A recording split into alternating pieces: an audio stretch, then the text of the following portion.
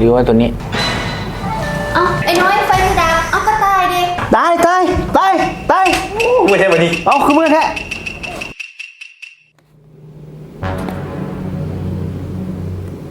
ไฟเราติดดับอยู่เห็ดบุยกบุได้แล้วนี่นะกระต่ายเป็นสร้างไฟหากระต่ายก่อนกระต่ายด้วยน้องไปสร้างไฟเนาะ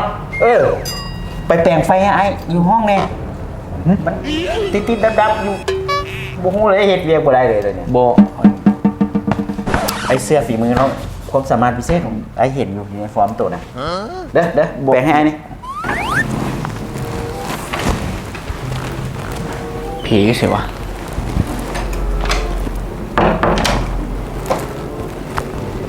บ่ได้เป็นอย่างที่ยังหุ่งอยู่โอ้ดอกนี้บอกว่าบ่แม่นดอกผีสิวะนี่วะนี่วะสมแล้วค่ะวันนี้นะห้องการเราต่อไปบริจาคสร้างไฟแล้วจัดการโอเคบกวนหรือว่าตัวนี้หรือว่าอันนี้ตู้อะไรวะหรือว่าเป็นน้ำพัดลมวะ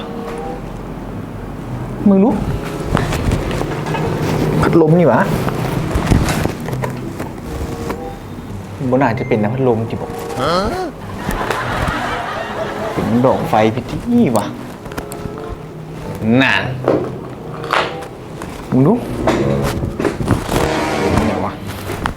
ชิวะนี่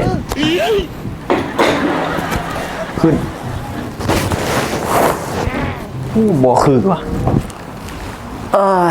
กระต่ายคือแปลงไฟดนใช่ปะแปลงไฟเห็ดเวียดเอาไอ้น้อยไฟมันดับเอาก็ตายดิ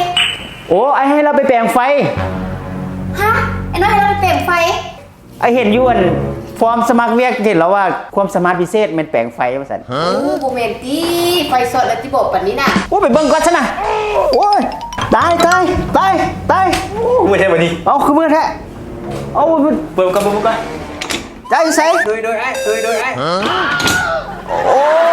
เป็นยังไงคือว่าดับเบิดบริษัทเลยบ่ได้ป่ะคือมัดใส่กันละฮะน้องเอามัดใส่กันโอ้สมพอไฟดับบนห้องการนี่เนาะตัวเป็นอยู่ว่าไฟน่ะว่าความจริงมันเป็นนะเอ้าบ่เป็นคือบ่บอกซะนะบ่ห้ามบ่เฮ็ดซะนะกูบอกแต่ยูลุงแล้วบ่ทันบอกโอ้คือว่าบอกอ้ายว่าความสามารถพิเศษเป็นสร้างไฟคือว่าโอ้อันนั้นดังไฟฮะสร้างดังไฟน้องไปแคมปิ้งดังไฟปิ้งนะโอ้ยบ่ต้องเขียนใส่ก็ได้ดังไฟเป็นเห็นไหมโอ้ยเนาะใครแต่ไฟบ่สอดหัวเนาะตาย